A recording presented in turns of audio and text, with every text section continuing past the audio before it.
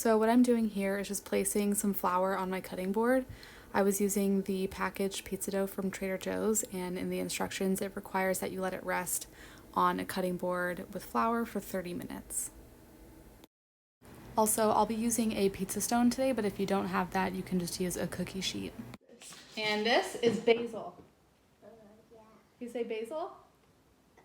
Yeah. Basil, yeah. So what we need to do is chop our basil.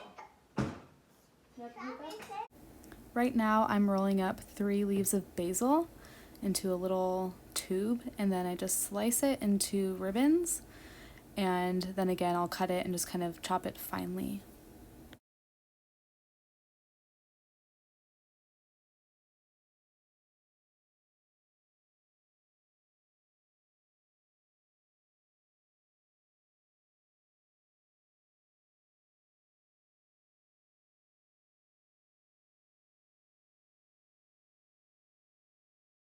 Next, you'll want to preheat your oven to 500 and place the pizza stone inside the oven while it preheats. One mistake that I made once was putting the pizza stone in the oven after it heated, and then the pizza stone cracked. So just be cautious of that. Next, you'll want to stretch out your dough into the shape desired. I kind of just get funky with it, but you could probably use a rolling pin. I find it's easier that you just hand stretch it. This package of dough that I got from Trader Joe's actually makes 2 pizzas, but since I'm only making 1, I'm going to put the other half into the bag and then put it in the fridge until I make another pizza, probably tomorrow or the next day, but you want to use it soon. Next, you're going to want to add the pizza sauce to your dough. Just take a couple spoonfuls and just spread it around evenly. I kind of like a medium amount of sauce, but you can always add more or less depending on your preference. Cheese? Here you go. You gotta spread it around.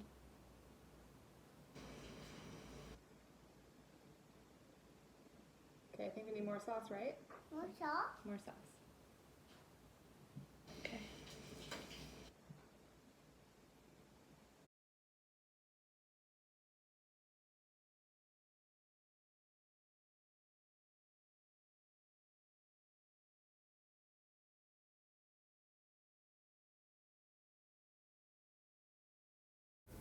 I'm going to be using this mozzarella cheese log that's pre-sliced from Trader Joe's.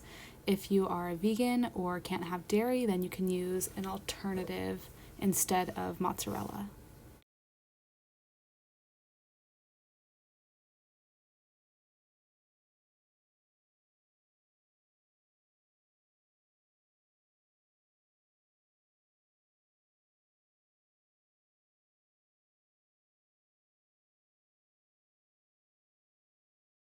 That's about as much cheese as I used, because I like a lot of cheese. Now we need our basil. And look, we're gonna sprinkle it on just like this.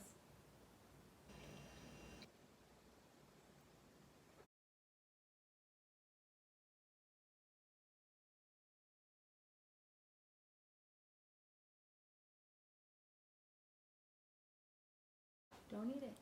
Mama. Try the basil. Pepper? Try it. Pepper? Take a bite. What do you think? Mommy. Is it good? Next, you can add some salt and pepper. Right here, I'm just sprinkling on a little bit of dill, which gives it a nice added flavor. But of course, this is not for everybody, and it's optional.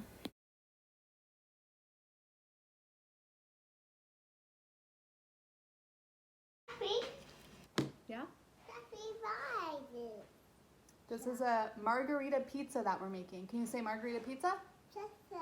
Say Margherita. Margherita pizza. Pizza?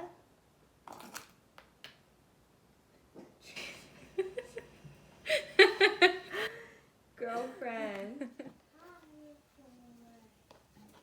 The fun part is getting it off here and onto your stone. I'm not a chef, you guys. Oh, here we go. There we go. What are you? If you're not using a pizza stone, you can just put it on like a regular cookie sheet. and then you don't have to mess with this, but I like to complicate things.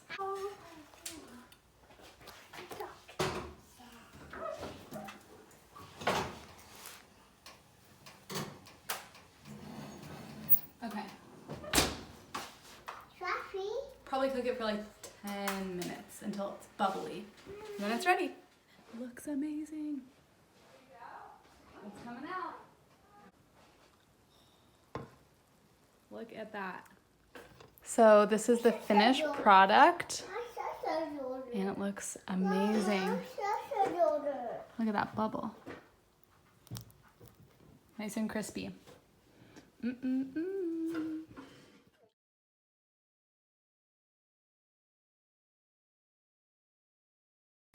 Voila. Look at the steam coming off of it.